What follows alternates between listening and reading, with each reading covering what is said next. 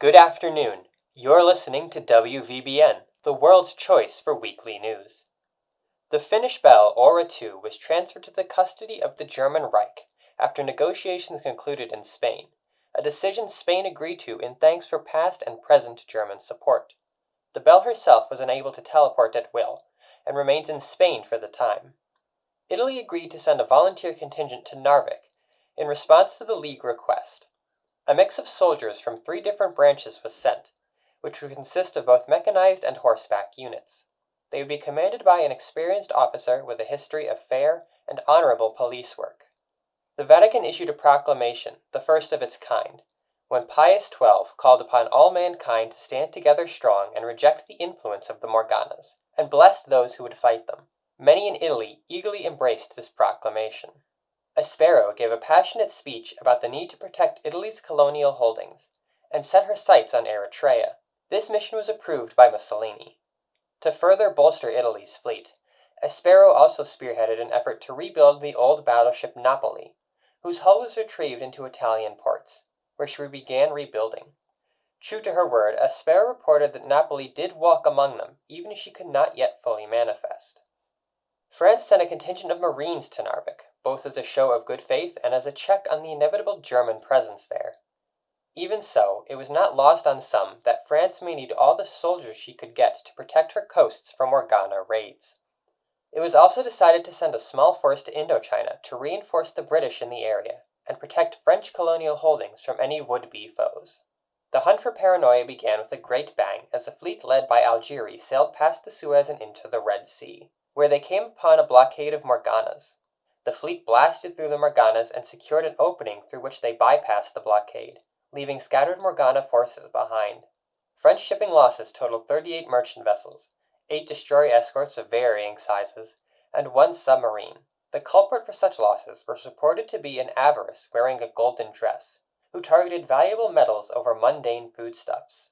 Japan also decided to send troops to Narvik in the form of an SNLF detachment led by trained officers.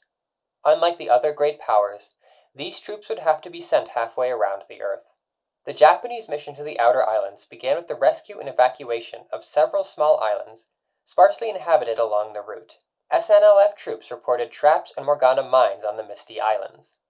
After the fleet entered the heart of the mists, the civilians were sent home aboard an evacuation vessel. Morganas attacked the fleet, who drove them back into the mists. Reports suggest a new Morgana is responsible for the weather, who wore a blindfold and cried black tears. The battleships Kongo and Haruna coordinated efforts to protect the Japanese carriers, who were unable to launch aircraft in the icy mists. Heavy cruiser Atiko went forth on her own in between the destroyers and cut down swaths of Morgana in a deadly fury. Even so, the fleet's destination was still a long way away. The Shrine Office of Japan began full Shinto rituals on the Kami. Priests would be given freedom to conduct rituals as they pleased and in accordance with the Kami's wishes. Some were concerned about the heavy emphasis on cultural religious services on multinational vessels, but others welcomed the opportunity for cross-cultural dialogue between sailors. The United States opted to send hand-picked volunteers by Recruit herself to Narvik, who would be mobilized in South Brooklyn in New York City. The volunteers are expected to be shipped out at the end of February. North in Alaska, a fleet led by fire raided several cities including the capital of Anchorage, destroying a small garrison of a light cruiser and 3 destroyers stationed there. A large fleet led by Enterprise sailed up to destroy Fire, but only succeeded in driving her off. The fleet was able to sink a small group of Malice without suffering casualties. The Atlantic Fleet arrived in Cuba to investigate the aftermath of a Morgana attack. Though the Morganas had departed by the time the fleet arrived, Ranger and Yorktown were forced to drive off an aerial attack. Further sightings and attacks near the Panama Canal and Brazil only further reinforced the growing presence of Morganas in the Atlantic. South of Greenland, 2 destroyers and 37 merchant ships were lost to attacks by Cowardice, who was eventually driven off and destroyed by the efforts of Somers and U-37. American Samoa was attacked by sporadic Morganas, but ultimately relieved by a small detachment from Pearl Harbor. Congress voted to maintain an arms embargo against Japan. The Soviet Union also sent a unit to Narvik in support, composed of men and women from across the Union. The Belle Kirov transported them a small distance away, though the soldiers there had little experience working together previously. In Finland, the Red Army's victory was now assured. It was only a question of when and how Finland would capitulate. even as they continued to inflict heavy losses on the Soviets. Despite the ongoing war, elements in the Navy continued to provide humanitarian effort, the assistance of Werner Mernen, and with bells such as Marat, who evacuated Finnish civilians from the front lines. The purchased Soviet heavy cruisers were sent to be finished in shipyards from materials salvaged from Sovietsky Soyuz, to be sent to the Pacific as quickly as possible. Reports suggest a mysterious female engineer offered her services. In the southern Balkans, the disease outbreak has forced a quarantine from both Romania and Bulgaria in affected areas. The destroyer Boyki was sent to assist. Samples of the unknown disease were sent to Berlin and Vienna.